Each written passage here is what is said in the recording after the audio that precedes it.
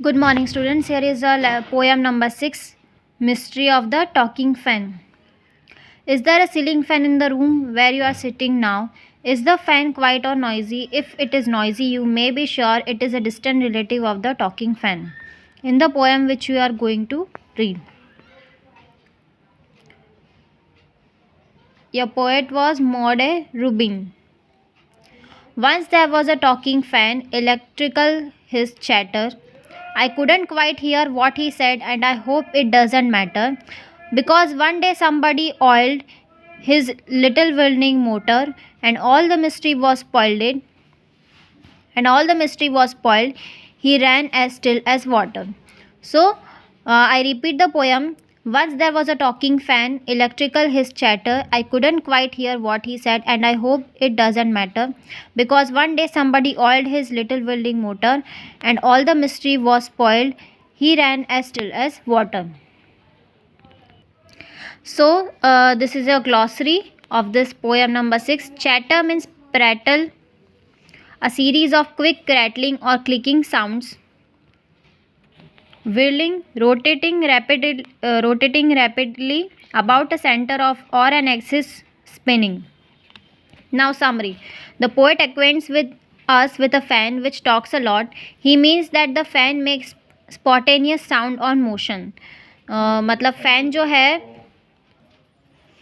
The poet acquaints us with a fan which talks a lot. मतलब पंखे की जो आवाज़ होती है ना, इसका मतलब है यहाँ पर बात करना. He means that the fan makes spontaneous sound on motion. जब वो मोशन करता है तो उसमें से जो आवाज़ आती है. The poet try to listen and understand what the fan says. मतलब पोएट ट्राई करता है और समझने की कोशिश करता है कि फ़ैन क्या कहना चाह रहा है. But he fails to understand. वो समझ नहीं पाता. One day suddenly the fan stop making sound because someone had oil the wheeling motor and the fan turn as silent as water.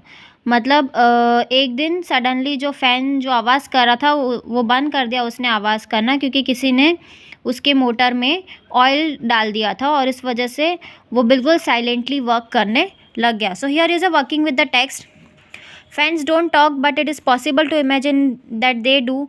What is it then that sounds like the fan's chatter? Apparently, the poet imagined the noise of the fan to be the chatter of the fan. When a fan moves, the sound is sometimes created in the whirling motors.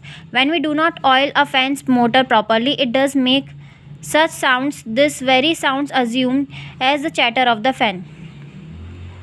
Poet ने बस imagine किया कि fan भी कुछ कहना चाह रहा है, कुछ बोलना चाह रहा है. कभी वो जो उसकी जो मूवमेंट की जो साउंड्स होती है, जो मोटर के जो साउंड होती है, और उस वजह से जो अगर उसे प्रॉपर ऑयल नहीं दिया जाता इसलिए उसकी मोटर जो है फ़ैन की वो वर्क नहीं करती. It does make such sounds. और उसकी वजह से कुछ आवाज़ उसमें क्रिएट होती है. This is very sound assume as the chatter of the fan. और इसीलिए उसे अज्यूम किया गया है कि फ़ैन जो है वो बात करने की कोशिश कर रहा है. ना complete the following sentences. The chatter is electrical because the fan functions and on an electrical motor and the sound produced by it. It is not a talk. It is distinguishable wilding sound hence chatter.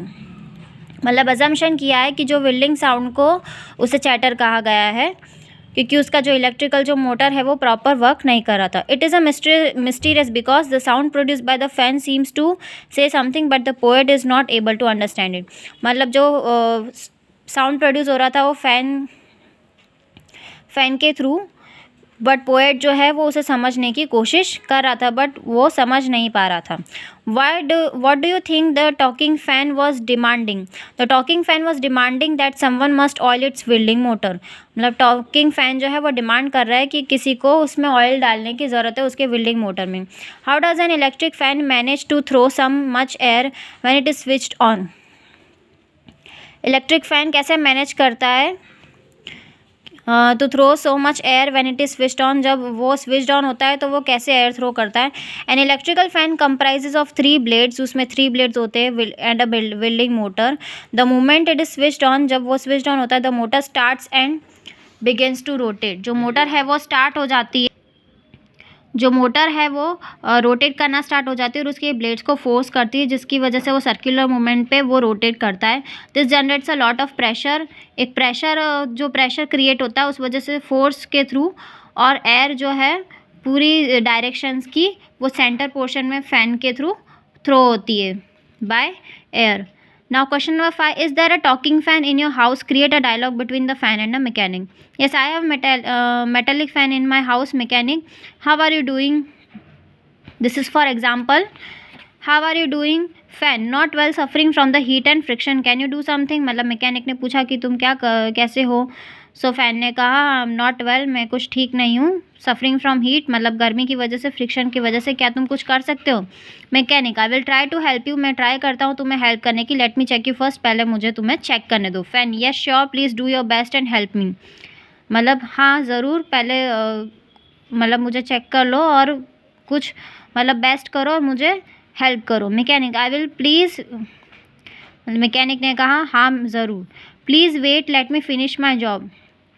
थोड़ा wait करो, मुझे मेरा काम finish करने दो. Fan, go ahead means आप काम करो. Mechanic, now all okay. Mechanic ने कहा अब सब ठीक है. Fan, yes now I am feeling well, अब मुझे थोड़ा ठीक लग रहा है. अब मुझे अच्छा लग रहा है. It feel so good. Mechanic, that is great. Mechanic, that is great, remember me when you are in trouble. Mechanic कहता है कि काफ़ी अच्छी बात है, जब भी तुम किसी ट्रबल में हो तो मुझे याद करना. Fan, yes I will, thanks for helping me, greeting to you. मतलब फ़ैन कहता है हाँ ज़रूर, और मतलब वो थैंक यू बोलता है क्योंकि मैकेनिक ने उसकी हेल्प की है इसलिए.